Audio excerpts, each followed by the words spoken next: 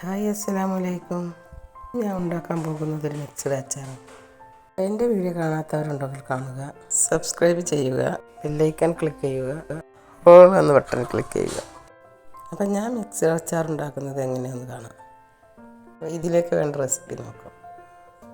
ഞാൻ 1/2 കിലോ മാങ്ങയാണ് എടുത്തിട്ടുള്ളത്. ഒരു ചെറിയ പപ്പായ, കുറച്ച് കറിവേപ്പില,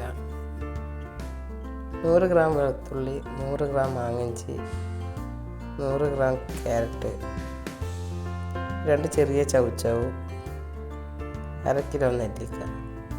ഇത്രയാണ് ഞാൻ എടുത്തിട്ടുള്ളത്. നമ്മളിഷ്ടത്തിന് എത്ര വേണമെങ്കിലും എടുക്കാം.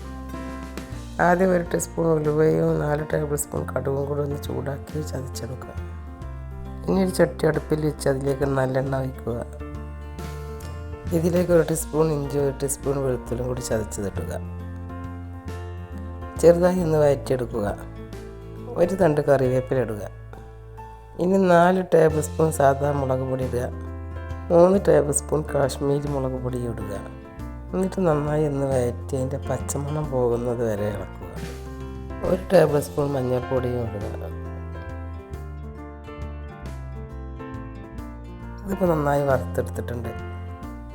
ഇനി ഇതിലേക്ക് ഉലുവയും കടുകും കൂടി ചതച്ച് വെച്ചതിടുക. ഇനി ഒന്ന് ഇളക്കി നമുക്കിത് മാറ്റി വെക്കാം. ഇനി ചട്ടി അടുപ്പിൽ വെച്ച് നല്ലെണ്ണ ഒഴിച്ചു കൊടുക്കുക. എണ്ണ ചൂടായാൽ 1 ടീസ്പൂൺ കടുക് ഇട്ട് പൊട്ടിക്കുക. മാങ്ങഞ്ചിയും വെളുത്തുള്ളിയും ഇടുക. ഇനി അടുത്തതായി കറിവേപ്പിലയും പച്ചമുളകും ഇടുക. ഞാൻ 2 പച്ചമുളക് എടുത്തിട്ടുള്ളൂ. ഇനി ക്യാരറ്റ് ഇട്ട് കൊടുക്കാം. അതിൻ്റെ കൂടെ തന്നെ പപ്പായ ഇടുക. ഇത് നന്നായിട്ടൊന്ന് ചെറുതായി വഴറ്റിയെടുക്കുക. ഇനി ചവ്ചവ് ഇട്ട് കൊടുക്കുക. അതിൻ്റെ കൂടെ തന്നെ നെല്ലിക്ക ഇട്ട് കൊടുക്കുക.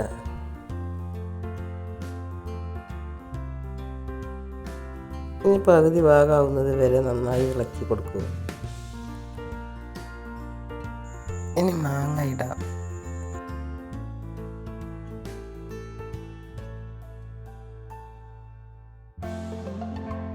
ഇനി ഉപ്പിട്ട് കൊടുക്കാം.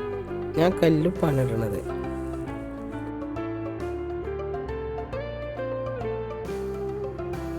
ഇനി വറുത്ത് വെച്ച പൊടി ഇട്ട് കൊടുക്കുക.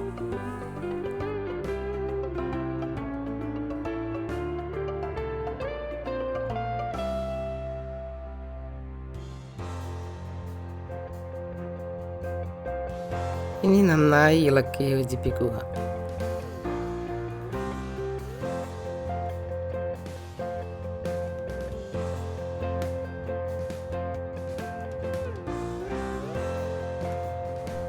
ഇനി കായപ്പൊടി ഇട്ട് കൊടുക്കുക.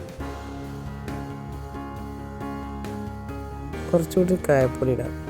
ഇപ്പോൾ 2 ടേബിൾ സ്പൂൺ കായപ്പൊടി ഇട്ടു. ഇനി 3 ടീസ്പൂൺ പഞ്ചസാര ഇടാം.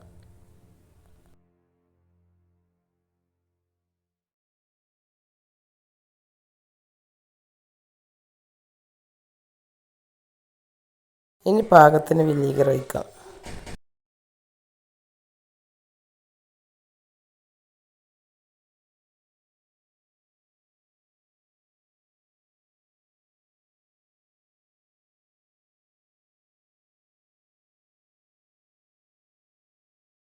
അച്ചാർ റെഡി ആയിട്ടുണ്ട്. വീഡിയോ ഇഷ്ടമായാൽ ലൈക്ക് ചെയ്യുക, ഷെയർ ചെയ്യുക. എല്ലാവരും ഒന്ന് സപ്പോർട്ട് ചെയ്യുക.